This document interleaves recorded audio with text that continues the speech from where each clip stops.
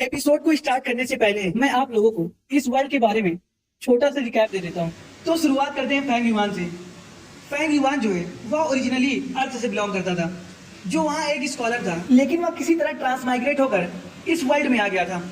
इस वर्ल्ड का नाम गू वर्ल्ड है। इस वर्ल्ड में आने के बाद वह एक बच्चे के बॉडी में रिजरेक्ट होता है, जिस बच्चे का नाम फैंग युआन होता है। जिसके बाद वह अपने 500 साल की लाइफ गुजारता है, जिसमें वह डिमोनिक पाथ को चूज करता है और काउंटलेस लोगों को मारता है। लेकिन एक बार कई सारे फैक्शन के लोग उसके पीछे पड़ जाते हैं उसे मारने के लिए, जिस वजह से उसे ना चाह कर भी अपने गू का यूज करना पड़ता है। ऑटम स्प्रिंग सिगार्डा के पास टाइम रिवर के फ्लो के अपोजिट फ्लो करने की एबिलिटी होती है, जिस वजह से जब फैंग युआन अपने गू का यूज करता है तो वह टाइम में 500 साल पीछे आ जाता है, जिसके बाद उसकी नई जर्नी स्टार्ट होती है। तो यही तो छोटा सा रिकैप। तो चलते हैं अपने पिछले एपिसोड पर। तो जैसे कि पिछले एपिसोड में हमने देखा था, अवेकनिंग सेरेमनी स्टार्ट हो गई थी, जिसमें कुछ बच्चे बी ग्रेड से अवेकन हुए थे, कुछ सी ग्रेड से, कुछ डी ग्रेड और कुछ तो अवेकन भी नहीं हुए थे। जिसके बाद फैंग युआन की बारी आती है, जिससे सभी को उम्मीद थी, लेकिन फैंग युआन का टैलेंट भी सी ग्रेड का निकलता है।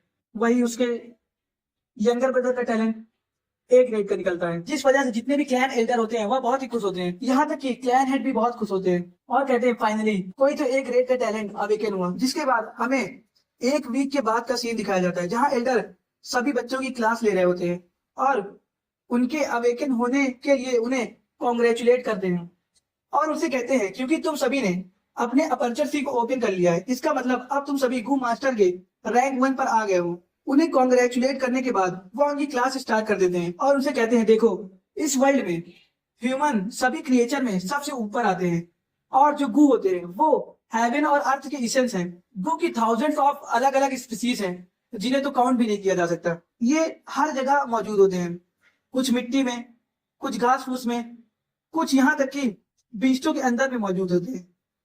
गू एक ऐसा लाइफ फॉर्म है जो हर जगह मौजूद है। शुरुआत के समय में हम ह्यूमन इसके बारे में ज्यादा नहीं जानते थे, लेकिन धीरे धीरे इसके बारे में मालूम चला। हमें ये मालूम चला कि कोई भी जिसने अपने अपर्चर स्पेस को ओपन किया है वो अपने प्राइमल इसेंस का यूज कर इन गू को कंट्रोल कर सकता है और उन्हें रेस भी कर सकता है, जिसके द्वारा जिससे हमें इन गू द्वारा नई नई एबिलिटी मिलती है। तभी मो भाई अपने हाथ खड़े करता है और उनसे कहता है एल्डर, जब मैं छोटा बच्चा था तभी से मुझे ये मालूम है कि गो मास्टर रैंक्स में डिवाइड होते हैं, जैसे 1 2 और सो ऑन। क्या आप इसके बारे में हमें डिटेल में बताएंगे? जो सुनकर एल्डर कहते हैं बैठ जाओ, मैं तुम्हें बताता हूँ। देखो, गो मास्टर को 9 रैंक में डिवाइड किया गया है, रैंक 1, रैंक 2, रैंक 3 और ऐसे करते करते रैंक 9 तक। इन सभी रैंक को भी 4 लेवल में डिवाइड किया जाता है, इनिशियल, मिडल, अपर और पीक स्टेज। तुम सभी अभी गू मास्टर रैंक 1 के इनिशियल स्टेज पर हो, लेकिन अगर तुम लोग हार्ड वर्क और खुद को अच्छे से ट्रेन करोगे तो तुम सभी फ्यूचर में चलकर गू मास्टर के रैंक 2 यहाँ तक रैंक 3 को भी अचीव कर लोगे। और हालांकि टैलेंट भी मैटर करता है, जिसका टैलेंट ज्यादा होगा वह उतनी ही तेजी से और आसानी से आगे बढ़ेगा। जैसे कि एग्जाम्पल के लिए जिनके पास डी ग्रेड टैलेंट है, उनका जो प्राइमल सी होता है वो अपर्चर के 20 to 30% स्पेस को ऑक्यूपाई करता है और ऐसे लोगों का हाईएस्ट रैंक फ्यूचर में रैंक 1 से रैंक 2 के बीच में होता है। ऐसे ही सी ग्रेड टैलेंट का जो प्राइमल सी होता है वह अपर्चर के 40% स्पेस को ऑक्यूपाई करता है और ये फ्यूचर में रैंक 3 तक को अचीव कर सकते हैं। बी ग्रेड टैलेंट वालों का जो प्राइमल सी होता है वो अपर्चर के 60 to 70% स्पेस को ऑक्यूपाई करता है और ये फ्यूचर में वो मास्टर के रैंक 4 को अचीव कर सकते हैं। और जब बात आती है ए ग्रेड टैलेंट की, तो इनका जो प्राइमल सी होता है वो अपर्चर के 80 to 90% स्पेस को कवर करता है और ये फ्यूचर में गू मास्टर के रैंक 5 तक को अचीव कर सकते हैं। तभी एक बच्चा पूछता है तो रैंक 6 का क्या? क्या वहां तक भी कोई पहुंच सकता है? जो सुनकर मास्टर कहते हैं 6 और उसके ऊपर वाले सब लेजेंड कहलाते हैं और मुझे इनके बारे में ज्यादा मालूम नहीं है। यहाँ तक कि हमारे पूरे क्लैन की हिस्ट्री में आज तक कोई भी ऐसा नहीं है जो गू मास्टर के रैंक 6 तक पहुंचा हो, लेकिन रैंक 4 और रैंक 5 को जरूर अचीव कर चुके हैं। जो सुनकर सभी बच्चे हैरान रह जाते हैं और एल्डर की बातों को सभी ध्यान से सुनते हैं। तभी कुछ बच्चों की नजर फैंग जैन की ओर जाती है और वो अपने मन में सोचते हैं और उसकी तरफ देखते हुए कहते हैं कि इसमें कोई सरप्राइज नहीं है कि जितने भी एल्डर थे वे फैंग जैन को अपनी तरफ करने के लिए आपस में लड़ने लगे थे। तभी कुछ बच्चों का ध्यान फैंग युआन की तरफ जाता है, जो क्लास के लास्ट बेंच पर आराम से सो रहा होता है, जो देखकर एक स्टूडेंट कहता है, लगता है ये अभी भी अपने टैलेंट को लेकर सदमे में है। तभी दूसरा स्टूडेंट कहता है, हाँ, मैंने तो ये भी सुना है कि अवेकनिंग सेरेमनी के बाद ये अपने घर भी वापस नहीं गया और एक वाइन शॉप से वाइन खरीद कर वाइन पीते पीते विलेज के बाहर टहल रहा था। कुछ लोगों ने तो इसे एक से ज्यादा बार देखा है वाइन खरीद कर विलेज के बाहर बैम्बू फॉरेस्ट में जाते हुए। अच्छी बात तो यह है कि वो जगह अभी सेफ है, क्योंकि कुछ सेक्टर ने मिलकर वहां जितने भी बीच थे सभी को मार दिया था। अफसोस, कितनी बुरी बात है। बेचारे के पास कई साल तक प्रोडिजी का टाइटल था, लेकिन किसने सोचा था कि ये सिर्फ सी ग्रेड से ही अवेकन होगा और इसका लिटिल ब्रदर, जिससे किसी को कोई उम्मीद नहीं थी, वो एक ग्रेट टैलेंट से अवेकन हो जाएगा। तभी एंडर की नजर भी फैंग युआन पर पड़ती है और वो अपने मन में सोचते हुए कहते हैं, लगभग एक वीक बीत गए हैं, लेकिन अब भी ये उस बात को लेकर मायूस है। इसके बिहेवियर में भी कोई चेंज नहीं आया, यहाँ तक कि यह क्लास में भी सो रहा है और मेरी बातों को इग्नोर कर रहा है। लगता है मैंने इसके बारे में गलत अंदाजा लगाया था। कोई ऐसा बच्चा जीनियस कैसे हो सकता है? व्हाटएवर, ये सिर्फ सी ग्रेड का टैलेंट है, लेकिन इसके ऐसे एटीट्यूड के साथ ये हमारे क्लैन के लिए एक बोझ बन जाएगा और इस पर रिसोर्सेज का यूज करना हमारे क्लैन के रिसोर्सेज की बर्बादी होगी। जिसके बाद एल्डर फिर से अपनी कन्वर्सेशन को कंटिन्यू करते हुए कहते हैं, हमारे गुयू क्लैन की हिस्ट्री में दो सबसे महान बू मास्टर थे जो रैंक 5 तक पहुंच गए थे। पहले तो हमारे एंसेस्टर थे जो हमारे गुयू विलेज के फाउंडर और क्लैन के पहले लीडर भी थे। दूसरे हमारे फोर्थ क्लैन हेड, जिनके पास बहुत ही अच्छा टैलेंट था, जो बहुत ही कम एज में वो मास्टर के रैंक 5 पर पहुंच गए थे। लेकिन वह अचानक गुस्सा हो जाते और अपने हाथ को टेबल पर पटकते हुए कहते हैं, अगर उस बास्टर्ड फ्लावर वाइन मॉन्ग ने उन पर धोखे से अटैक नहीं किया होता और अगर हमारे फोर्थ क्लैन हेड जिंदा होते तो अब तक तब कि वो रैंक 6 पर पहुंच चुके होते। एल्डर की बात सुनकर बच्चों को भी फ्लावर वाइन मॉन्ग पर बहुत ही गुस्सा आने लगता है। कुछ बच्चे तो गुस्से में उसे गालियां भी देने लगते हैं और एक बच्चा कहता है कि अगर मैं 100 साल पहले पैदा हुआ होता तो मैं उस बास्टर्ड फ्लावर वाइन मॉन्ग से अपने डेथ तक फाइट करता। इन सभी के शोर शराबे की वजह से फैंग युआन भी अपने आंखें खोलता है और सोचते हुए कहता है, फ्लावर वाइन मॉन्ग। क्लैन में सभी इस स्टोरी के बारे में जानते हैं कि फ्लावर वाइन मॉन्ग भी रैंक 5 पर था और उसने कई सारे बुरे काम किए थे। कुछ सालों में उसने कई सारे लोगों को मारा, न जाने कितने लड़कियों की इज्जत होगी। उसकी रेपुटेशन तो डिमोनिक पाथ में चल रहे लोगों में से सबसे घटिया थी। 100 सालों पहले विलेज को लेकर बुरे इरादे से किंग माओ माउंटेन में आया था, लेकिन इससे पहले वो कुछ कर पाता, फोर्थ क्लैन हेड ने उसे रोक दिया। जिसके बाद उनके बीच में एक फियर्स बैटल हुई जिसमें हमारे क्लैन हेड जीत गए और उस मॉन्ग को इतना पीटा कि वह अपनी लाइफ को छोड़ने की भीख मांगने लगा था। फोर्थ क्लैन हेड बहुत सॉफ्ट हार्टेड या कहे काइंड और मर्सीफुल थे, जिस वजह से उन्होंने उस पर मर्सी दिखाई और उसे छोड़ने का फैसला किया। लेकिन अचानक से फ्लावर वाइन मॉन्ग ने उन पर धोखे से हमला कर दिया, जिसके वजह से वह बहुत ज्यादा घायल हो गए।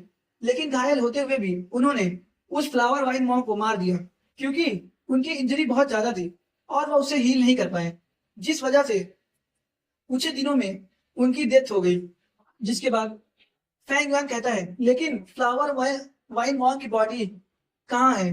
मैंने कुछ दिनों में विलेज के बाहर के हर एक जगह पर उसकी बॉडी को ढूंढने की कोशिश की, लेकिन मुझे फ्लावर वाइन मॉन्ग की डेड बॉडी कहीं नहीं मिली और ना ही मुझे उसका कोई इनहेरिटेंस मिला। अगर मुझे सही से याद है तो प्रीवियस लाइफ की मेमोरी के अकॉर्डिंग लगभग 2 मंथ के बाद हमारे क्लैन का एक हार्ट ब्रोकन बू मास्टर वाइन पीते पीते फॉरेस्ट में पहुंच गया था और कोइंसिडेंटली वाइन की स्मेल की वजह से वहां एक लीकर वॉर्म अपीयर हो गया, जो देखकर वो बू मास्टर लीकर वॉर्म को पकड़ने के लिए उसे फॉलो करने लगा।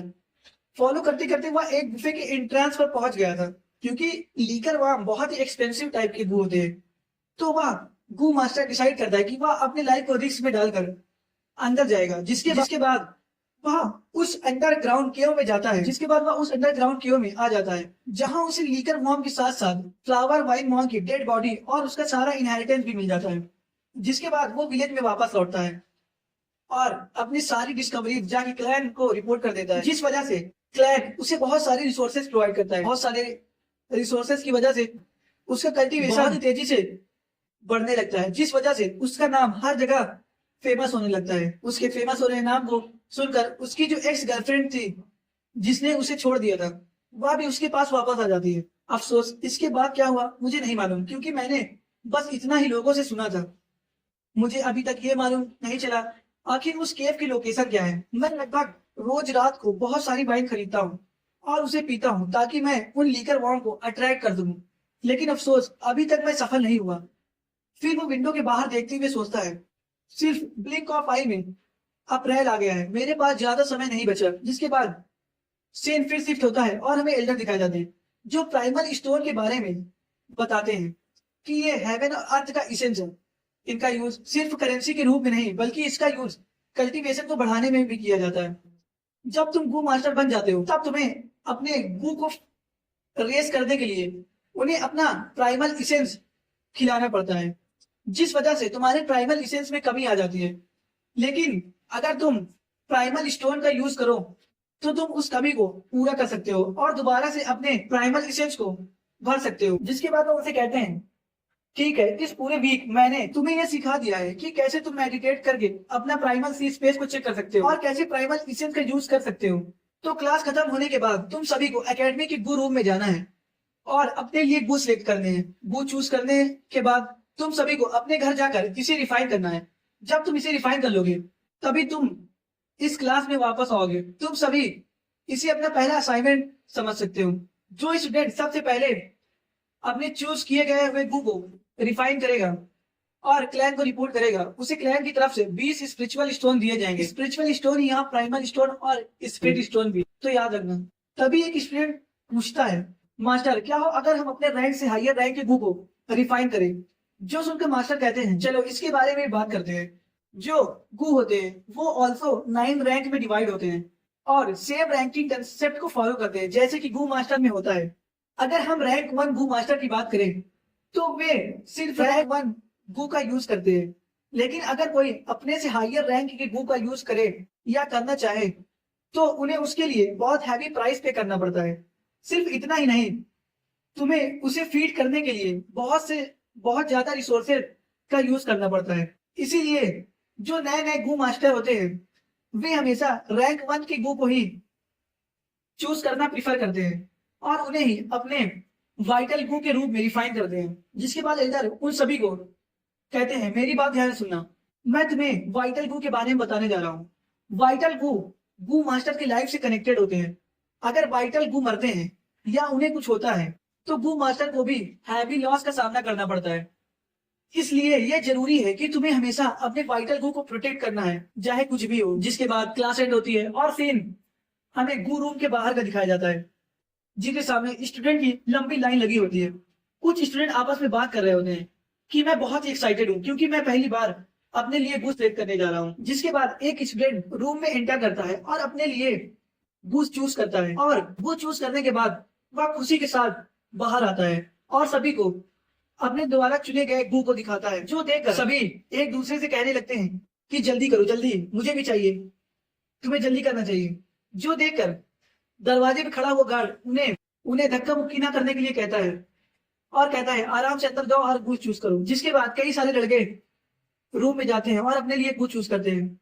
जिसके बाद बारी फैंग युआन की आती है, जो देखकर गार्ड से अंदर जाने को कहता है। जिसके बाद फैंग युआन रूम में एंटर करता है, जहां उसे कई सारे गू दिखते हैं जिन्हें पॉट में रखा गया होता है। उनकी कई सारी स्पीसीज होती है, कुछ अर्थवर्म के रूप में होते हैं, कुछ सेंटीपीड और बहुत सारे अलग अलग तरीके के। जिसे देखकर फैंग युआन अपने मन में सोचता है कि मैं अपना वाइटल गू लीकर वर्म को बनाना चाहता था, लेकिन अफसोस की बात यह है कि मुझे अभी तक वो मिला नहीं। लेकिन मैं यहाँ से खाली हाथ नहीं जा सकता। अगर मैं यहाँ से बिना कुछ लिए जाऊंगा तो क्लैन एल्डर्स को मेरे ऊपर शक होगा और मैं फालतू की परेशानी अपने ऊपर नहीं लेना चाहता। इसलिए मुझे पहले मून लाइट गू को चूज कर लेना चाहिए। जिसके बाद वो मून लाइट गू को उठाकर अपनी हथेली में रखता है और कहता है, मून लाइट गू मोस्ट पॉपुलर गू है हमारे क्लैन में। मोस्ट ऑफ द पीपल इसी को अपने वाइटल गू के रूप में चूज करते हैं। ये मून लाइट गू नेचुरली बॉर्न नहीं होते, इन्हें हमारे क्लैन द्वारा किसी सीक्रेट टेक्निक द्वारा मैन्युफैक्चर किया जाता है और ये हमारे क्लैन के अलावा कहीं और नहीं मिलते। इसलिए तुम यह कह सकते हो कि ये हमारे क्लैन का सिंबल है। जिसके बाद फैंग युआन मून लाइट गू को चूज करके रूम के बाहर आ जाता है। जिसके बाद सीन शिफ्ट होता है और हमें फैंग युआन दिखाया जाता है, जो वाइन शॉप पर आ जाता है और वहाँ के ओनर को कुछ स्पिरिचुअल स्टोन देते हुए कहता है, जियोवान मेरे लिए 2 जग ऑफ वाइन लेके आओ। जो सुंदर जियोवान उसे 2 जग ऑफ वाइन देता है और वाइन देते हुए कहता है कि सर आप कुछ दिनों से रोज यहाँ आते हो और मुझसे 2 जग वाइन खरीदते हो, आप ये जितनी कम है, क्या इससे आपको कोई दिक्कत नहीं होगी? जो सुंदर फैंग युआन उसे कोई रिप्लाई नहीं देता और उसे पैसे देकर वहां से बाहर आ जाता है। जैसे ही वह बाहर आता है, उसके कानों में एक आवाज सुनाई पड़ती है, ब्रदर तुम दोबारा यहाँ वाइन खरीदने के लिए क्यों आए हो?